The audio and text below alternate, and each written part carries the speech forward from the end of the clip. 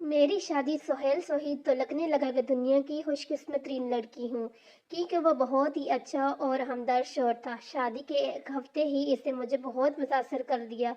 یہ بات میں بہت ذوق سے کہہ سکتی ہوں کہ سہیل کے ساتھ میری زندگی بہت اچھی گزرنے والی ہے۔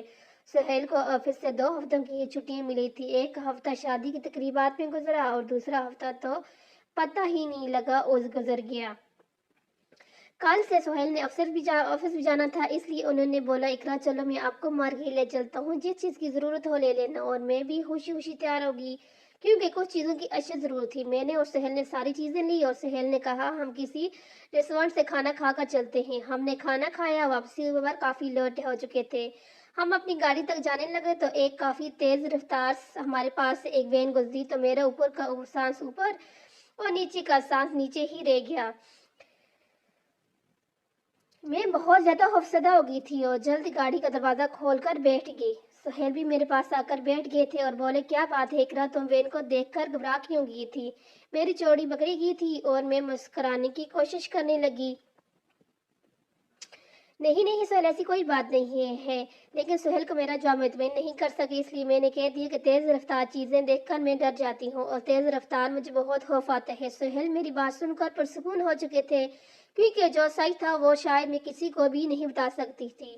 وہ میری زندگی کا بہت بھیانک راز تھا جو میں کسی سے شیئر نہیں کر سکتی۔ رات کو ہم لوگ گھر پہنچے تو میری سانس اور نت نے علالت لگائی ہوئی تھی۔ میری سانس بولی سہیل، میں اسی دن سے ڈرتی تھی کہ شادی کے بعد تم ہمارے ہاتھوں سے نکل جاؤ گے۔